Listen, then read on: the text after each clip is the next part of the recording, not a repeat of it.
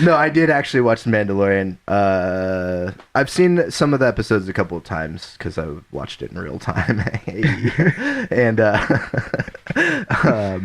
yeah, I've watched some of the episodes over and over. I haven't binged the full series over, but I will probably be doing that shortly. Yeah, I'll give it some time, and I'm definitely gonna do that. Yeah. Yeah. So jump into it. What? Tell me what you thought about The Mandalorian. Initial thoughts, directing, acting, all that stuff. First of all, just very thankful. It was soothing. Yeah. You know, for those of you who don't know, I grew up with Star Wars. So I was born in 1977. So when Return of the Jedi came out, I was old enough to see it in the theater. And the rest is history, and including what damage has been done recently. And 6 movies later. Yes. It was just a breath of fresh air for me. Yeah, it was great. I was very excited. John, how do you pronounce his last name? Jon Favreau. Thank you. Yeah. And thank you, John. Yes, from both of us, from the bottom of our heart. Thank you for everything you've done in the last handful of years. Because also, we don't have the MCU without Jon Favreau. He directed the first 2 Iron Man movies. Oh. And he was the one that fought for Robert Downey Jr. to be Iron Man. Awesome. This guy's been killing it for a long time. Oh, okay. Yeah. Well, thank you, Disney. Yeah. For bringing him on, because whew, it was good. And then for, again, my generation, for those of you that really truly believed Apollo Creed died, he's back. He is back, and he is bad. I enjoyed Carl Weathers. I mean, good old Stubbs. Yeah, he's a little rusty with a pistol, but other than that, it was very awesome to see him back on the big screen. And you know what's funny? I saw this also, moving to another character or actor.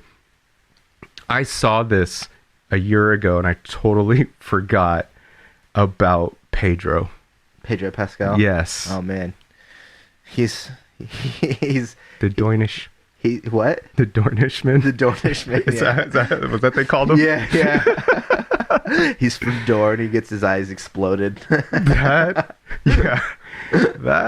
was one badass bisexual. I'll tell you that.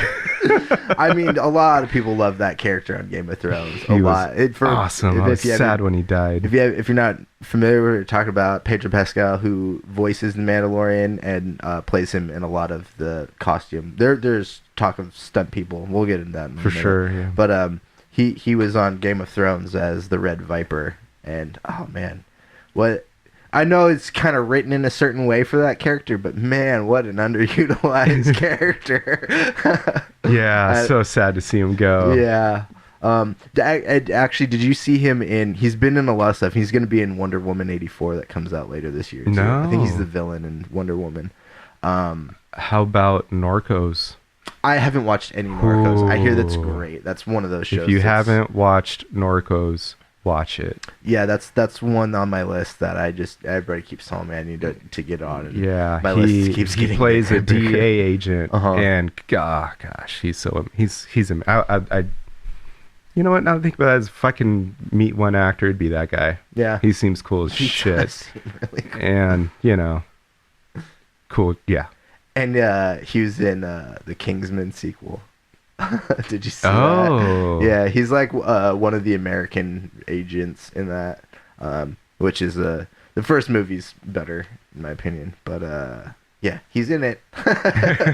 So the big fan. The Mandalorian is Pedro Pascal's in the suit for some of it, and there's been a lot of different directors for each episode of the Mandalorian, and Bryce Dallas Howard, Ron Howard's daughter, directed one of the episodes, and she came out and said that it was a stunt actor, mostly in the costume, on her episode that they shot. Which, I mean, it's fine. You don't need to see him when he's got the helmet on everything. Like, cool, just give me cool action stuff. But one of the stunt people is I forget his first name, but it's one of John Wayne's grandsons, Oh, I no believe. way. Yeah, and I was like, that's just so cool. Considering this is like a Western. Yes. Like, this is such a Western space movie. It's It's a good total way to put John it. Wayne movie. Great way to and put his it. like son or grandson is in it. I don't know. I nerded out on that. But Yeah. little nerdy insights. Yeah, again, I'm gonna just I keep touching on new, and I'm starving for new with Star Wars. Past is the past. Let's move on. Let's still take an amazing story and let's kick some ass with it. And this was to me, always go back to Rogue One was great. Yeah. And then and I'm gonna say this one is up there with it. Although it's not a movie, it's a series, but it was really exciting. A great story about a bounty hunter and is basically paid to by are they Imperials? It's still Imperial, right? No, this show takes place, like, I think it's 5 or 6 years after Return of the Jedi. So the Imperials are scattered. Okay. So, you have Luke, Leia, and Han are alive in their primes, technically, in this time period. There's a chance you could bring in, and not that I want to see any of that, but there's a chance you could bring in like a younger Luke on his mission. I did not know that. Yeah, there's been fan castings for a younger Luke, and I don't disagree with this, but Sebastian Stan, who plays the Winter Soldier, looks like a young Mark Hamill. Like, they have such similar facial features, and I mean, I think he does a great job as the Winter Soldier. Right. I'm not super. I haven't seen a lot of his other stuff. I've seen him in a couple of things, and he was in the first episode of a show on Showtime about the Comedy Store that Jim Carrey produced. I think it's called I'm Dying Up Here. He's in the first episode of that, and it's pretty good. But yeah, it's in that time period, so you could, let's say, bring in one of those three main characters into this time period.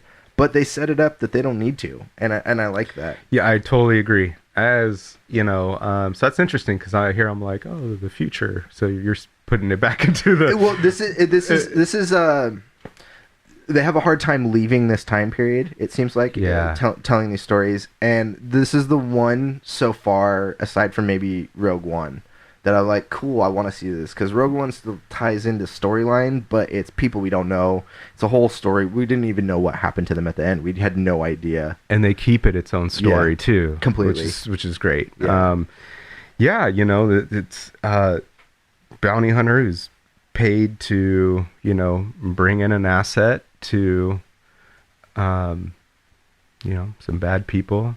I'll just say the Imperial. There's still like factions of them around, and I mean, 'cause he had stormtroopers. In Rise of Skywalker, there seems to be thousands of ships somewhere, just hiding in a garage. Because this guy had stormtroopers around him. And kind of breaks his code. But then he doesn't in a way, because this creature, this little baby, in love. How can you not? He saved him, right? The baby. Okay, I'm just gonna say Baby Yoda. We'll use the term of endearment now. So far, there's no name for it. Yeah, I tried to look that up, and there's no name for the species. Nothing. Oh. There's just the only other ones we have in canon are Yoda, and then there was another, I think, female on the Jedi Council at the same time named Yaddle. And then in like the Legends books, I think there's one other one that's been mentioned or something, but no idea what the species name is. Okay. Nothing. Like it's still. That's what I was. And actually, that was one thing George set in motion, is he didn't really want to touch Yoda's species much. He just didn't want to do it. Yeah. And I think that's important. as we were talking about from last week's episode, the Watchmen, it's important to end things sometimes, or just keep an air of mystery about stuff. And I kind of want that with Yoda. And if you're gonna bring in, a new little thing, please, like, I still don't need to know his species really. I just want to know what's up. Right. Yeah, so that's what's great. So Baby Yoda, which is not Yoda, or we could call him Steve if you want. Yeah. Hey, so little baby Steve over here, who saves Mando, and so in a way he's not really breaking his code because hey, you saved me. Yeah. Okay, now I got to be loyal to you. Yeah. And that's where it really starts. Of him, you just you see the sensitive side where, no, I'm going to protect, Steve. Baby Steva. Baby Stevia. I do think there's maybe one other element to that too not only do you fall in love with that thing the second you see it. I remember seeing that episode because I downloaded the Disney app the day it came out, and I watched the first episode the second I got it. And I remember seeing the Baby Yoda thing, and I was like, "Oh my god, this is amazing!" I was super bummed about it. But I think another thing that you start to see as the kind of story unfolds a little bit is that I think he sees a little bit of himself in there too. So you start getting flashbacks of the Mandalorian as a kid, and his parents, basically the separatists, the battle droids come in, and wherever he's at, they're blowing up his whole. And his parents put him in a little bunker or something, and then pretty much the second the door closes, an explosion seemingly kills them. And I do think there's a little bit of that orphan thing, of oh, this is an orphan too, and he's adorable. That's a great connection. I didn't even think about that. That's really Because this show does a lot for the Mandalorian lore, like the history of the Mandalore culture itself. There's been a little bit. In the original trilogy, there's pretty much only Boba Fett. Right, it's a big mystery. And then they get a tiny bit into it in the clone, the prequel trilogy, and the Clone Army and stuff like that. How they're cloned from Jango Fett or whatever. Right. But the Clone Wars animated series, gets into a lot more Mandalorian history, and they kind of dive into it a little bit more in here. I thought they might have been contradicting themselves, but they really set it up as mostly the culture is mostly it seems accepted, just pulling in orphans. You're an orphan, you don't have a family or whatever, come with us, right, and be part of our creed, right. And I like that they've done that. Mandalore, there is a planet. There's a Mandalore planet, and it's not about the planet. It's about yo, you need a family too. We'll show you how to be a badass. Yeah. Yes, please. Do you know how to use a flamethrower? Let me teach you. Wait, how about a and jetpack? Yeah, and I could fly while doing it. And where do I sign? I mean, we see him lean into those tools a few times in the show, and I'm fully down. Oh, so good. But yeah, so many good battle scenes. They expand the lore in this too a lot. And they're telling us a little bit of lore that maybe some people did know and some people didn't know, and they expand on it. But oh man, this is, like you said, a breath of fresh air for Star Wars fans. This is, I think, everything people have been asking for. Something new that's maybe vaguely connected, but it's its own thing, and still within the universe. And I think there's a big thing to be said to if you have a point you want to get to, I can talk about this later. But I do think that this medium in general of doing Star Wars as the TV series is really, really helpful to Star Wars fans and really important to the overall story, because I think some of these having to fit a trilogy or individual movies, sometimes you just don't get to tell the stories you want, and we're getting much more than just a straight story. We're getting world building, we're getting side characters, we're getting all the things that makes Star Wars cool.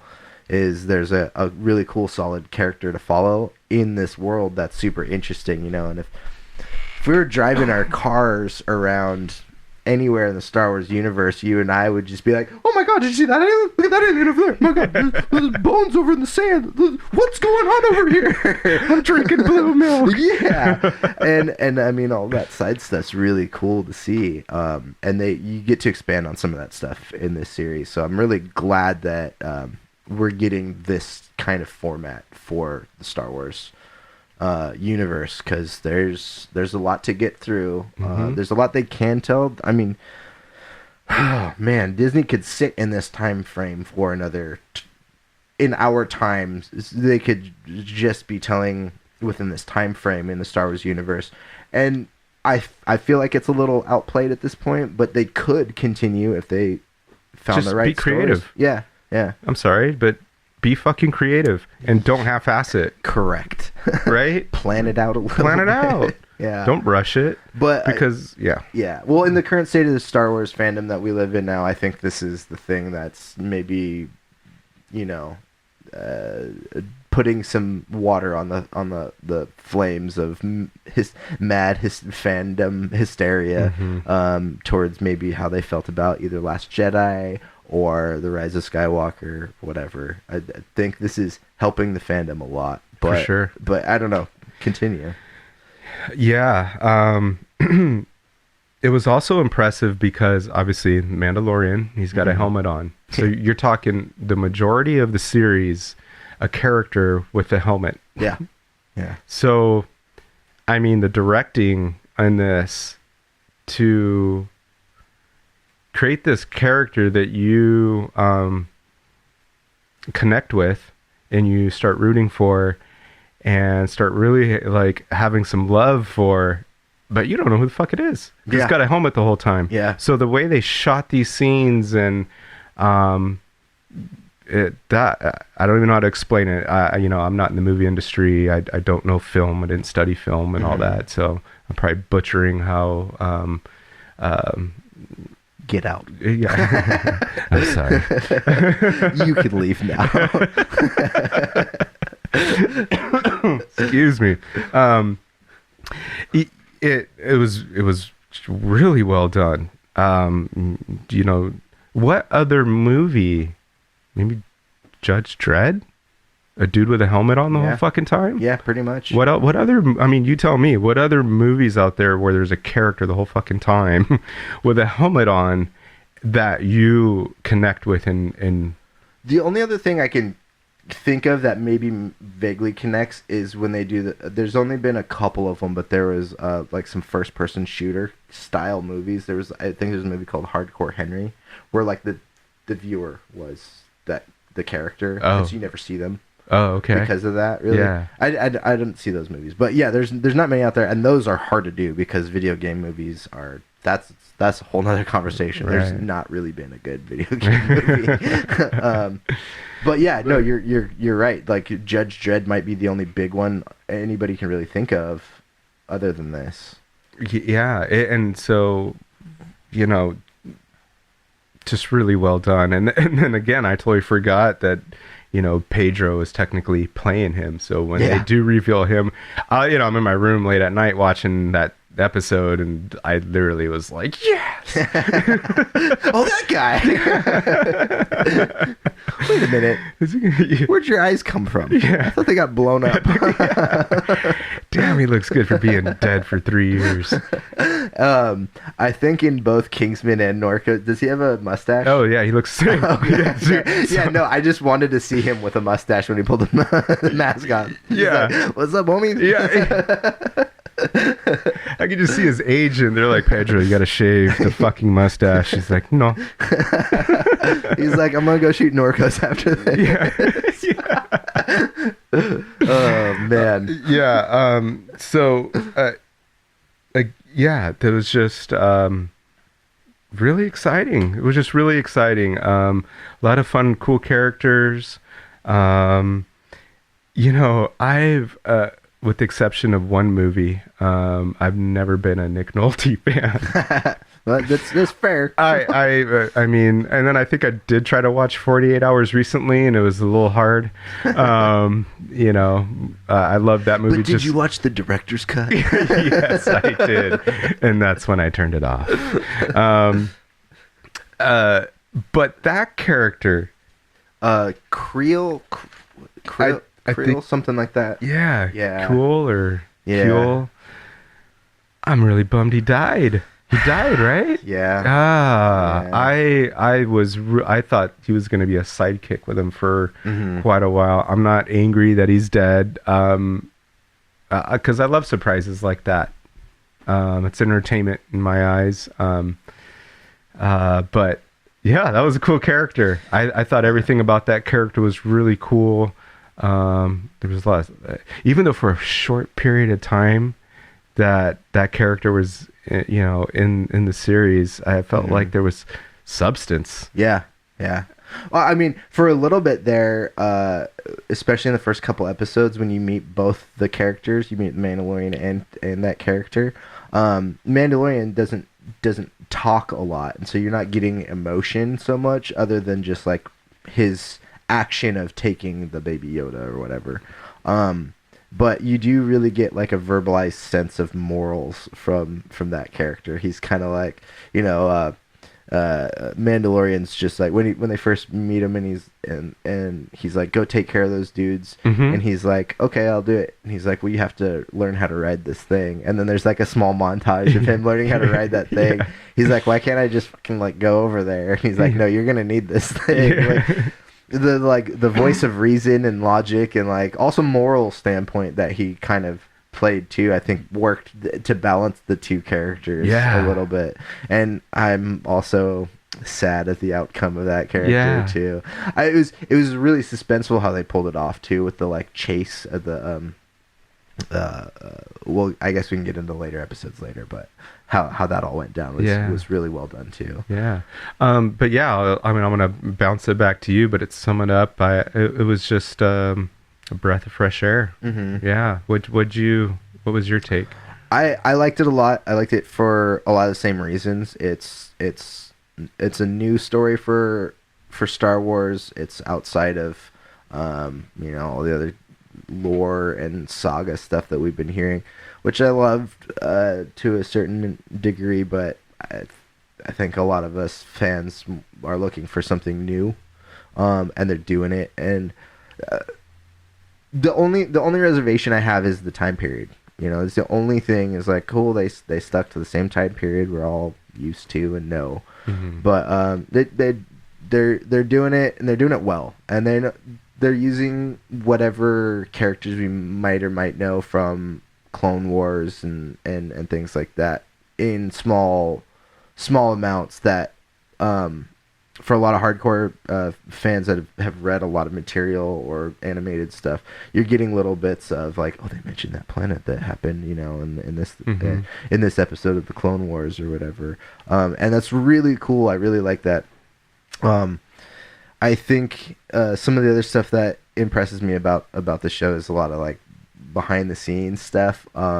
There's some actors that I personally like that I'm seeing get bigger American roles via Star Wars now. In one of the episodes of Mandalorian, it might be episode 6, where they're trying to break a guy out of prison. Bill Burr is in the episode. And I think that threw a lot of people off because they're like, why is he here with a Boston accent? And I'm like, well, I mean, they all had British accents in the first movie. Yeah. So, whatever. But, like, that episode specifically has a lot of little, there's actors that pop up. There's the droid in that, I think his name is Zero. He's voiced by a guy named Richard Iowati. And I know him through The Mighty Boosh and these other kind of weird, surreal kind of BBC comedies from like the early 2000s. Uh-huh. And like he hasn't had a whole lot of big success in the US. The biggest thing I think most people would know him from is there's a show that you can find on Netflix called The It Crowd. And it's about an IT department at a company, and he's one of the IT guys. He's one of the main characters in that one. But he voices the robot, and then the Twilight girl in that episode, she's the wildling girl from Game of Thrones. You know, I love these kinds of things, just those little people that pop up. But the biggest one at the end of that episode for me is there's like 3 X-wing pilots that pop up at the end to deal with whatever's going on, and those 3 X-wing pilots are all directors for Mandalorian episodes. Oh, that's Dave awesome. Filoni, I'm gonna butcher his name, Rick Famuyiwa, I think is his name. He did Dope, and he did a couple episodes of The Mandalorian, and then Deborah Chow is the other one. And Deborah Chow is the one that's going to be handling the Obi-Wan series. That's what I heard. Yeah. And her episodes of The Mandalorian are some of my favorite of those series. Yeah, I mean, that's the majority right now. Mm-hmm. The episodes she did were probably the best. Yeah. And we'll going back real quick to like the episode arcs. The first 2, I think some people can say they might feel a little slow, kind of just building up what this story is about. But then episode 3 happens, and that's when he takes Yoda, the little baby, back. He like gives it to the Empire, mm-hmm. and then steals it back. Mm-hmm. And that, not only do you see the character, kind of deciding his morals at that point, which I think are going to propel him into the rest of the Mandalorian story for future seasons too. Not only does he have this dilemma, but this is where you see more Mandalorians come in too. That's the whole episode where he's having that like shootout in the courtyard, and then all the fucking Mandalorians show up, and it's just like the coolest thing you've ever seen. and have his back. Yeah. And actually, Jon Favreau voiced that one Mandalorian. The bigger guy with the gun. Yeah. See, I got to rewatch that. Yeah. I didn't make those connections, but Nerd. Yeah, that was a fun episode to kind of see the bounty hunters and that's what's fun about this series, is seeing what those bounty hunters mm-hmm. and their gear and their weapons, what they're capable of. Yeah. And we got a little hint of it with Boba and then Jango, but this was fun. Yeah. Yeah. And I was thinking about this recently because I rewatched before Rise of Skywalker came out. I rewatched the OG trilogy. Well, I've watched pretty much all I could, prequels and everything. And there's that scene in Empire when Vader is hiring all the bounty hunters, and they're all just standing there. And this show feels like almost an extension of that scene. It's like, Vader is trying to get the story point across. Like, he's trying to find these people. But in that scene, he's, like, telling them, don't do this. And then he looks at Boba Fett, and he's like, no disintegrations, And, like, what does that mean? Right. And then he disintegrates in the Mandalorian show. He's disintegrating people with that big-ass gun. Yeah. I'm like, okay. Yeah. More of this, please. So, yeah, it felt like... cool. That scene in Empire, like, it almost spawned it finally means something. Well, that, and also just like the bounty hunter world too, like in that scene you see like 6 bounty hunters all standing there like on there for a bounty, but now you get to see more of that. You get to see the extended kind of world that they live in based on that. And it was really interested to see how the whole thing worked with the they essentially have like key fobs for their missions or whatever. I was like, tell me more. Right. How does this work? Again, not lazy. I felt attention to detail. And on top of all that, which I'm really proud of Disney with this, is like filming on location, sets, mm-hmm. and not everything is CG. Mm-hmm. I mean, it's sci-fi, so there's a lot of it, but episodes 1 through 3 was just all CG. Where this is fun. It's fun to see, they're filming on location there, and it just I think that's one of the things that Disney learned from the prequels. I think that was one of the big takeaways after they acquired Lucasfilm was they're like, well, the CG you guys do is, groundbreaking and you can do a lot of cool stuff, but you still need to immerse yourself in the environment and not feel like it was shot on a green screen in a studio somewhere. Yeah. And I think I heard most of the Mandalorians filmed here in Southern California. What? In Camarillo? I wish. Right next to the hemp field. Yeah. That you losers are trying to get out of town. Stupid idiots. Well, if you're in the Port Hueneme area, stop by Wheelhouse Dispensary. And ask for Dusty. Yeah. Yeah, so you mentioned filming here in California. Do you know where in California? I don't. I want to say it's kind of out, maybe like El Segundo or Long Beach area, somewhere in there. Okay. It's kind of a low wide area, but but I mean, there's a lot of stuff filmed in Southern California. Yeah. But it wasn't one of the more standard places that's filmed, like any of the movie ranches or anything. Right. As Okay. far as I understand. Yeah. But it's funny. research, right? Hashtag Google. I heard an interview before episode 7 came out with J.J. Abrams, and I think he says his daughter was really young, like 3 years old or 4, around that young age, and he played Empire for her, and then he played I think episode 2. And he asked his daughter, tell me which one is real. And she was like, Empire. Yeah. And, you can feel it. And so, his whole thing was, man, if a 3 or 4 year old can figure that out, that's huge, and I don't want to film it this way. And kudos to Disney for taking, just piggybacking off of that and keeping true to that, because it's fun, They got the money to build sets. Yeah. Yeah.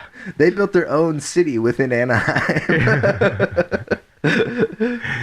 Pretty much. Yeah. Well, I think just to give George a little bit of leeway here, I think a lot of people give him crap for the prequels, but to be fair, when we're talking about Disney can afford to build sets, George Lucas could build sets too, but they were more focused in the technology aspect of filmmaking. And so, I mean, I don't know if a lot of people know this, but people that worked on Star Wars are responsible for like the Adobe stuff, Photoshop, some of the Skywalker sound. Yeah, all people that worked on all that stuff are responsible for the way that consumers make media now. Like, I'm recording this on Logic, and I'm sure somebody that worked on Star Wars had something to do with the development of this kind of software.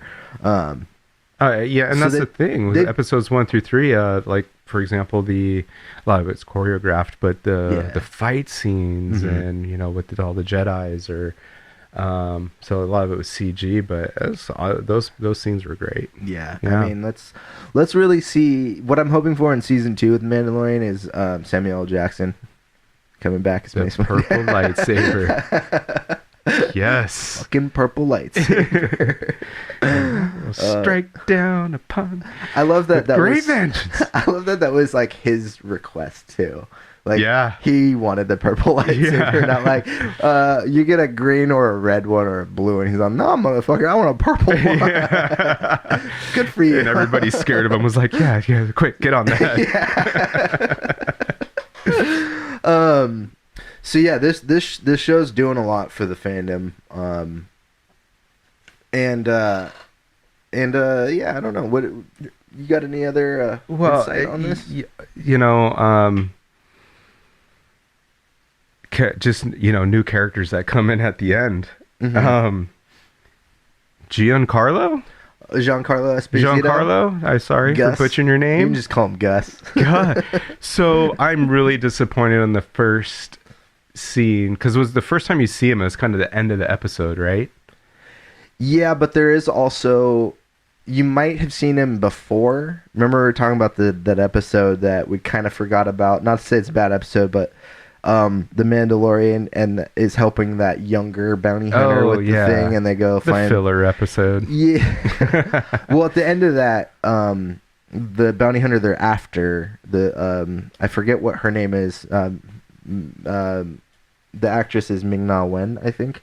And she's like dead. You think she's dead, and then at the end, somebody all you see is like a cape and boots come and grab her. I don't remember if it was a post-credit scene or if it was right before the credits rolled. But there was like a little tag scene where they show.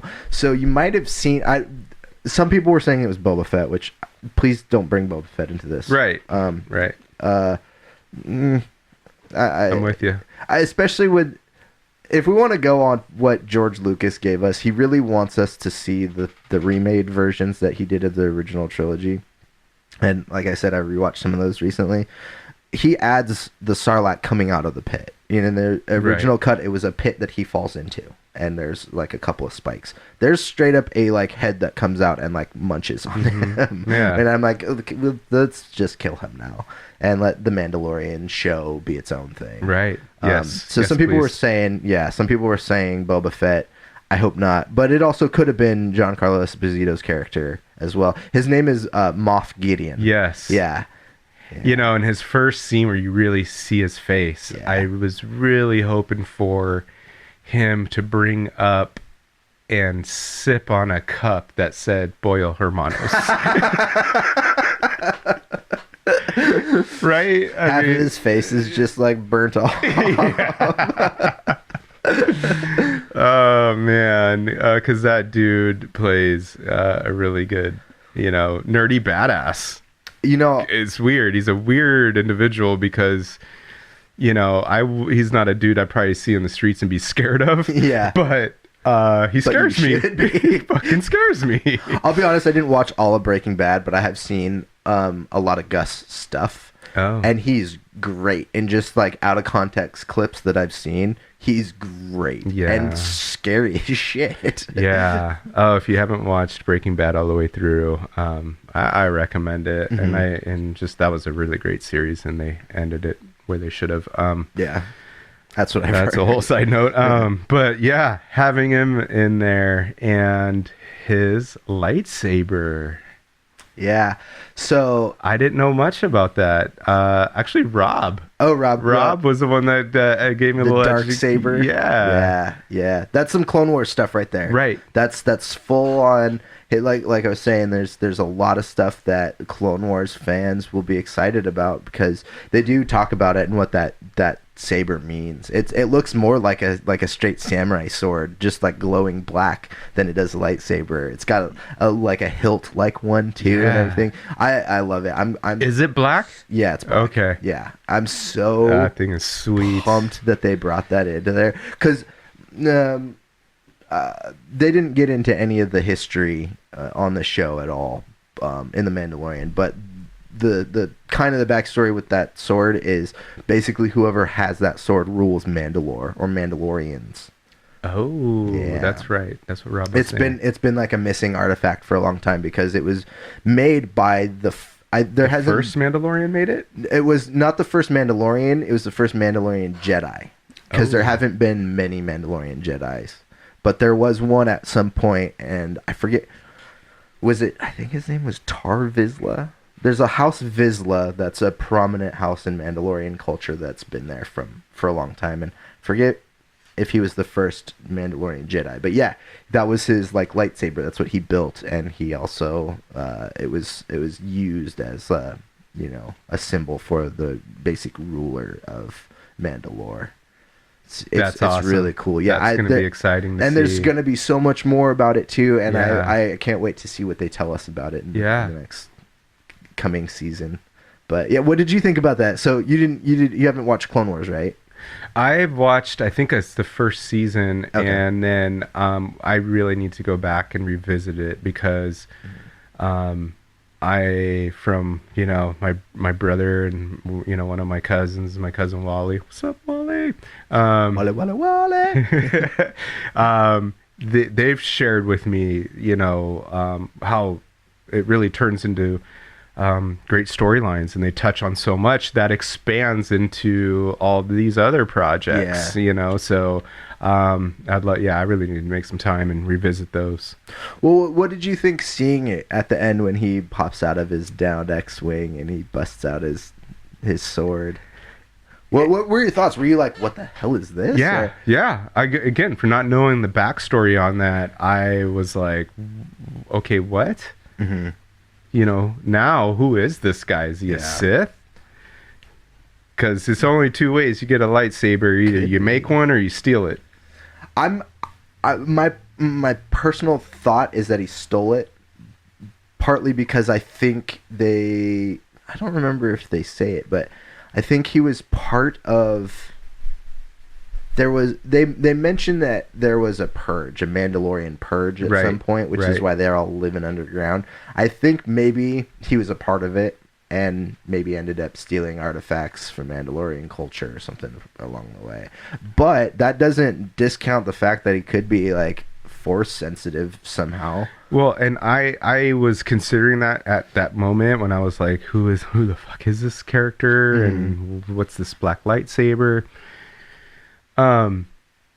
I just, knowing Star Wars universe, I don't know of a black lightsaber. So, and again, I mean, obviously if I would have watched Clone Wars, I would have been educated on it. But so for me, not knowing that, it was research, right? Exactly. Yeah. Google, for Christ's sake. It was fun so I shot that thought down right away, because I'm like, well, if he stole it, but who had that lightsaber then? Who had a black lightsaber that wasn't traditional? So, that was really exciting. And another thing I wanted to touch on that was really fun with the Mandalorian world was taking the credits that he was earning, whether credits or just blocks of like platinum or whatever, and turning Beskar. and turning it into his armor. That was a fun, those were fun moments in that series. Yeah, I mean, not only do you get to see a little bit into the world of how like currency works, because people want credits or this, that, or the other, and this dude's taking like metal for armor, for payment, which is awesome. It's like vibranium or some shit. You can like deflect Wolverine. Just throw Wolverine at him and he's good. Fuck it. Not only do you see that the expansion of the world, but you get to see a little bit more insight into the Mandalorian culture that way too. Of like, this is like a material that they use specifically, that after whatever cleansing of the Mandalorian culture or Mandalorian people happen, like you still get little bits of all this stuff. And that's a good thing about season 2 is they kind of wrapped up.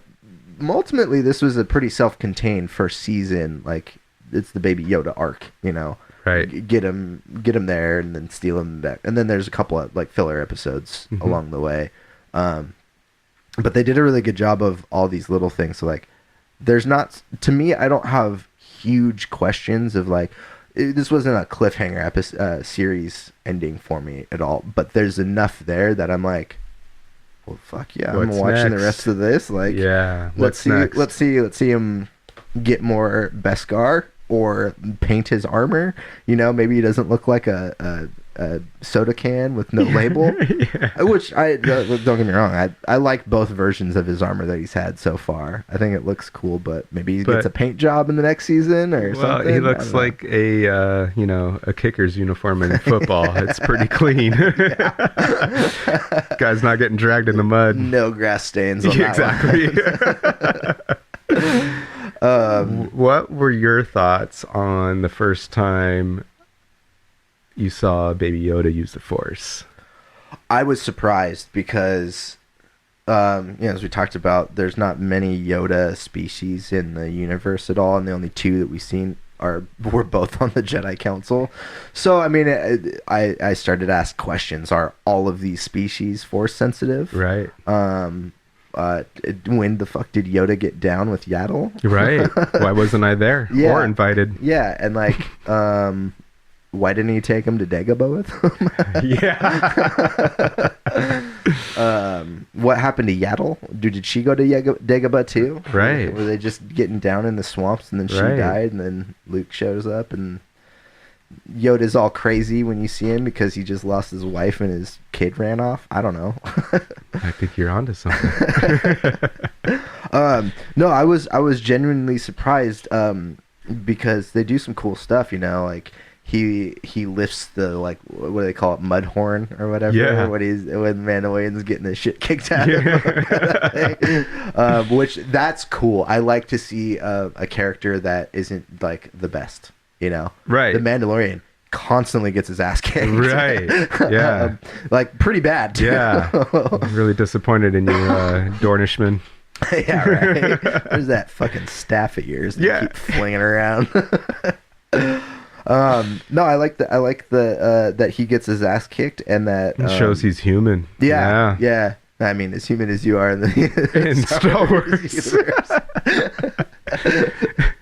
Yeah, I think the Force with Baby Yoda, the Baby Yoda thing is interesting because I have all these questions. Are they all Force sensitive?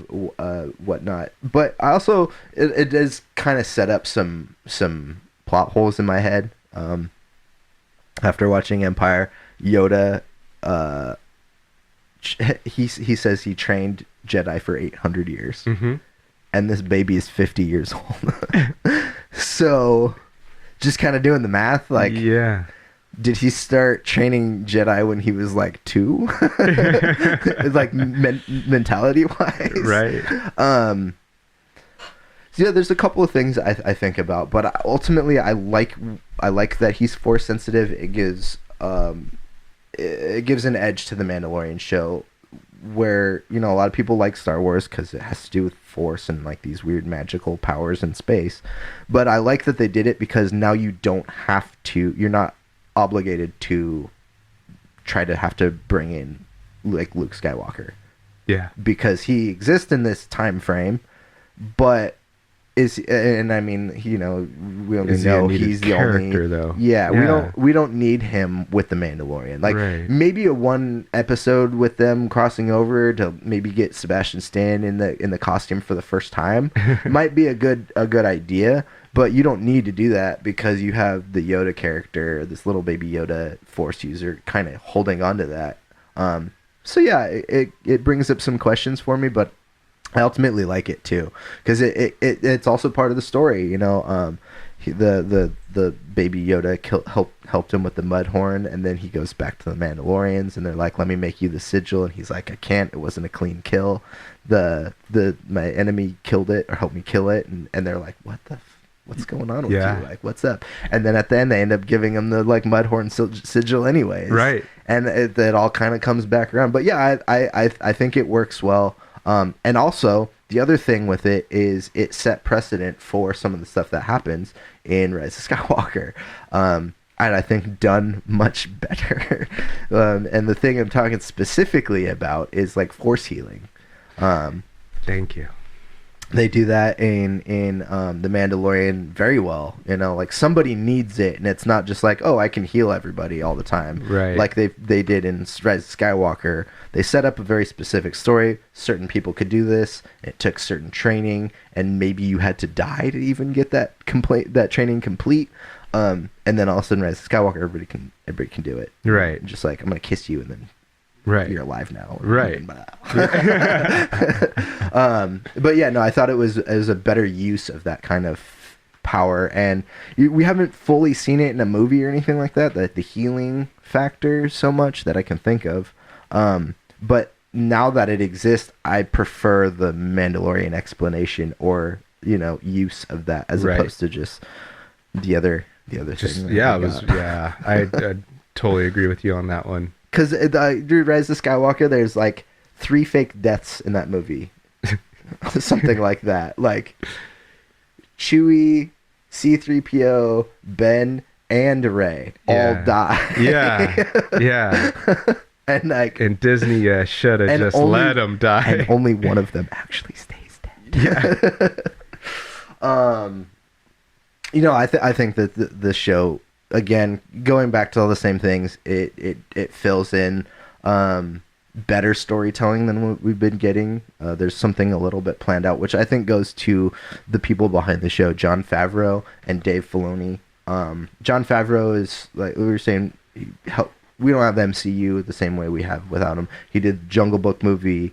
I mean, he's done a bunch of stuff. Yeah. That's just he single-handedly has made Disney billions of dollars. And he's kind of taken over the Star Wars, right? It seems like it. There's nothing official yet. Okay. But if there was somebody, if there was somebody that should maybe take over the head of Lucasfilm in that capacity, I think maybe he should be the person.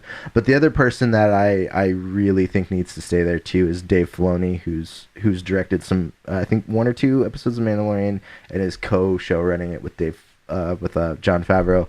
And I say that because he worked with George Lucas for a long time. He co-created the Clone Wars. I think he ran that whole thing. A lot of the characters, some of the characters from the Clone Wars, like Ahsoka Tano, who's Anakin's Padawan in the, that's a original creation from him. And he worked with George for a long time on this. And there's a kind of a famous story of George comes up to him and is like, yeah, I want to bring Darth Maul back. And Dave Filoni's like, well, how do you want to do it? And he's like, I don't know, you figure it out. And so that's how Darth Maul comes back, essentially. Yeah. But Dave Filoni understands the world. He worked with George for a long time. That's huge. That is huge. Yeah. And I think those two together, Mandalorian is proving to be a pretty solid piece of Star Wars material right now. So if they want to do more stuff like that, as far as I'm concerned, take as much time to do another movie as you want. If you don't do another movie for 5 years, just give me 3 more series in the meantime. Right. You know, right. Because these are well done, and it's a new medium that they get to play in. So I like the direction of where Star Wars is now, not necessarily with the movies, but everything else. I think the direction that the people that are running these, Dave and John, I think they really understand. They understand the material and why people love it. Not just like, people like this, let's make money, you know? Right. He'll make them money because Jon Favreau seems to generate billions of dollars for Disney. It's in his DNA. But at the same time, he's going to care about people wanting to come back and watch more. Right. Because that's an important thing too that I think Disney kind of overlooked, is there's a bit of a cash grab to make these movies, these last couple of movies, and you hurt Star Wars because when you put out a bad movie, it's an uphill battle to get people to want to watch another one. Because you're like, well, these last ones sucked, or you know, I didn't like these for these reasons. So it's an uphill battle to get people to come back to even a big intellectual property like Star Wars. But you can't upset fans as much as they've been consistently doing with all of their movies. I mean, some people didn't like Force Awakens, some people loved it, and then Rogue One, still people are like, some people like, that's the worst of all the Star Wars movies. Yeah, I heard that too. I'm like, I don't see that. Yeah, but hey, you know, teach their own. Yeah. Because I actually really enjoyed Episode 7, and I don't know if it's because I was starving for something new in the Star Wars world, and I was a big copycat of Episode 4, but for me it was I enjoyed that. I enjoyed that it was brought back, so we can create a new foundation and build off of that. And sadly they, and then again you had people, hate Last Jedi, or loved it. Yeah. I feel like the majority hated it, but then the more I talk to people, it's kind of more like a 50-50. Yeah. Yeah. I'm still kind of split on it too. There's parts of it I really like. There's parts of it I really, really don't like. And then I think part of the problem with the inflated hatred in the Star Wars community was Last Jedi was kind of divisive, and then usually you wait a year or so before, like, they were doing them every Christmas, but it was they put out The Last Jedi, and then in May they dropped Solo, and so it was like, even Solo should have been pushed back another 6-8 months, something like that. And then that movie was just most people don't like that movie. Well, and because of Last Jedi, and then because just the previews on Solo, I didn't even watch it. Yeah. Didn't watch it in the theater. One night I finally was like, there was nothing on. I fell asleep to it. So I can't even tell you, about it. But yeah, I was not even enthused to go see Solo after The Last Jedi. But, getting back to The Mandalorian, what would you grade it?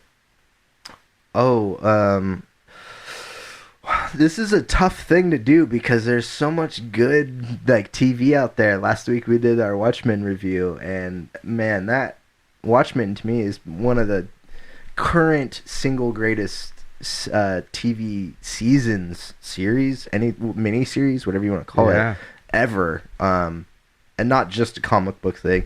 Mandalorian, I'm really, really excited about. I think I'm less excited about like maybe that they've set up certain story points that I need to see or anything like that. I'm just really excited about what they're doing. I like the casting. I know there's people that like we mentioned Bill Burr and his Boston accent. I know there's other people that didn't appreciate Amy Sedaris because she pops up once or twice in the show. I love Amy Sedaris, and I don't really care if people didn't think she fit in Star Wars universe. Was she the bounty hunter? No, she was in one of the episodes. He goes to get his car. He goes to get his ship worked on. Oh. And she's the one with like the perm. She's the mechanic? Yeah, she looks like Ripley from Alien. She looks like just like a broke down version of Ripley. But I don't know. I love Amy Sedaris, and put her back in another episode. Don't listen to everybody else. She's great. No, it's a really hard thing to grade because I'm really positive on this show, but there's a lot of really good shows out there. Yeah. So it's hard to compare. I don't know. There's definitely really strong episodes that I could compare to really positive or really strong episodes of other series. I don't think there's anything that fits the like Battle of the Bastards or the Hooded Justice episode of Watchmen in Mandalorian yet. But just give it time. They still have time to get there. Game of Thrones didn't really get there until seasons into it, They progressed into their cinematography at a certain point. But for this episode, I'll give it an A. Wow. An A. All right. And this is with A plus, A minus, B. This is solid A. Yeah. Solid A. I maybe put Watchmen as a A plus. Nice. So if that's how I'll grade it. Nice. Yeah. What's your grading on this? It's funny because I'm praising it this whole time, but I will give it a B plus. B plus. Okay. Yeah. I want to see more. I want to see more of it. I want to see. I don't know if it's because I'm skeptical right now with Disney. Yeah. And then you also nailed it. Like if we're gonna, compare it to other, series out there, it's got a lot of shoes to fill. Yeah. Currently, I mean, just this last 5 years of series. So I am I'm not hating on it with that B plus. I'm very excited to see where this is going to go. I guess I'm giving it that B plus because I want to just see room for improvement with more, but I'm stoked. This is exciting, and it was fun to discuss it today. Yeah, I mean, we both really like Star Wars, so these episodes could go for 2 hours. Yeah, exactly. Hope nobody fell asleep in the car or ran off the road. And if you do, it was Dusty's fault.